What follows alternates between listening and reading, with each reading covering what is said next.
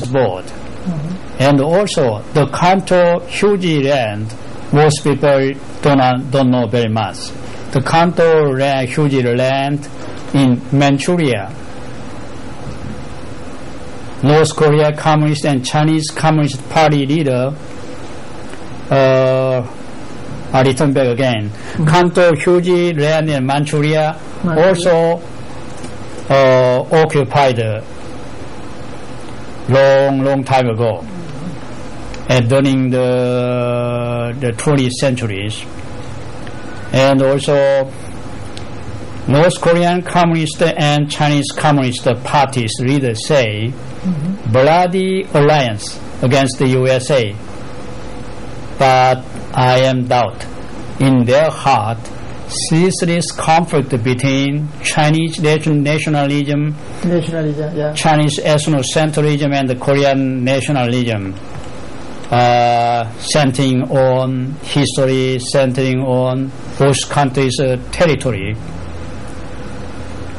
This story is many years of history, maybe probably 5,000 years of conflict between the Han people of China and the Korean people. Yeah, good. Yes. The Korean people remember history. Chinese and the Japanese invaded, occupied the Korean territory. But no, the American conquered, occupied the Korean territory. Therefore, 75 million of Koreans should love the America, the United States of America, if we teach true history to all of Korean people. China's Communist organ newspaper also never wrote North Korean formal country name when Kim Jong-il, supreme leader of North Korea, he visited China in April, maybe in April and August this year. Just the Chinese Communist organ newspaper reported simply chairman of the military committee, Kim Jong-il, visited China without omitting North Korean country's name. Like Chinese government didn't write or publish when Taiwan leader visited China. They didn't mention the Republic of China, yeah, but just Taiwan leader. Now, today's China seems to think North Korea, one of the Chinese provinces, yeah. The motivation why the Han people of China built the Chinese Great Wall was to protect the Han people from the ancient Korean and Mongolian invasion or expansion into the Han people lived. There are more than 5,000 years of conflict, I already told, and distrust between Koreans and including Mongolian and Chinese. Korean including Mongolian and Chinese. Without understanding this, we can't make good foreign policy. We cannot make a good U.S. foreign policy to the East Asia. 천안함 사태 이후 특히 중국은 소위 출구 전략 차원에서 김일성 아들 김정일, 그 다음 김정은 이 세 사람들을 설득하여 이제 미국과 접촉을 하면서 육자 회담에 복귀하려고 하는 움직임이 나타나고 있습니다. 우리가 한때 미국과 한국 종속 관계였다 해서는 지금 평등 수평적 관계에 있는데 북한, 노스코리아와 차이나 중국들 그들의 혁명이나 협력관계가 돈독한 것을 알고 있으나 앞으로도 계속해서 21세기에는 북한, 노스코리아와 차이나와의 관계가 그 협력관계가 계속 유지될 것인지 한번 의문을 가져봅니다. 박사님 의견은 어떻습니까? China and the US can become a real alliance In some aspect, two countries, China and the USA and China, make cooperation in international affairs. However, it's not really easy to become real alliance.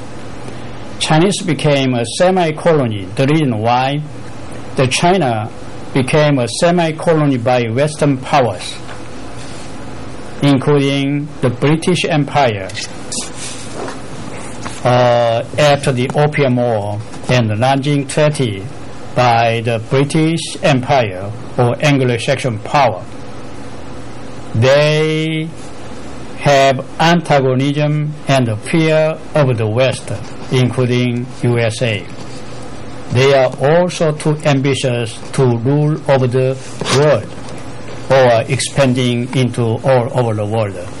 Based on 5,000 years of Chinese ethnocentrism, China is the center of the world as the master nation to rule over the world.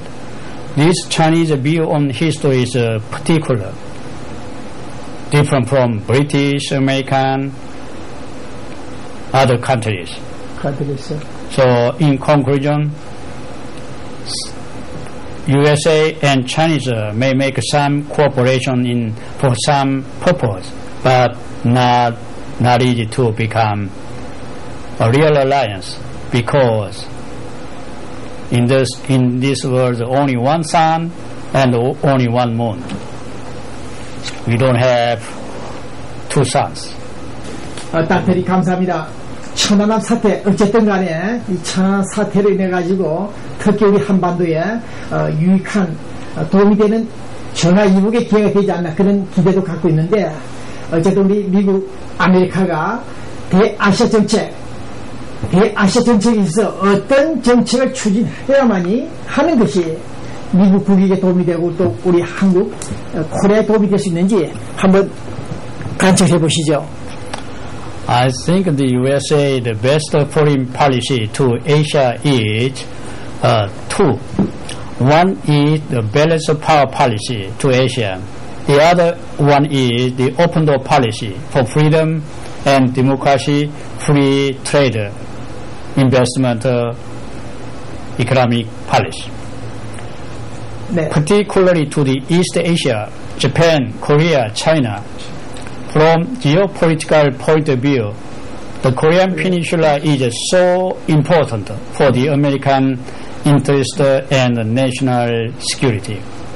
A nation who controls the Korean Peninsula may control Asia. A nation who controls Asia may threaten security of the Pacific Ocean and the USA.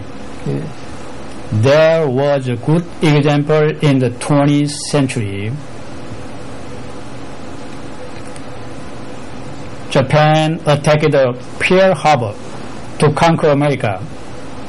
That attack based on the Japanese famous argument, the so-called the conquering Korea argument, is conquering Korea is conquering Asia. Conquering Asia is conquering Russia. Conquering Russia is conquering America. After Japan defeated Russia in the Russo-Japanese War in 1945, they prepared to war against the USA, finally attack Pearl Harbor to conquer American continent. Same mentality is not changing in Asia. China seriously tried to expand her power in the Korean Peninsula to take hegemony in the Pacific Ocean.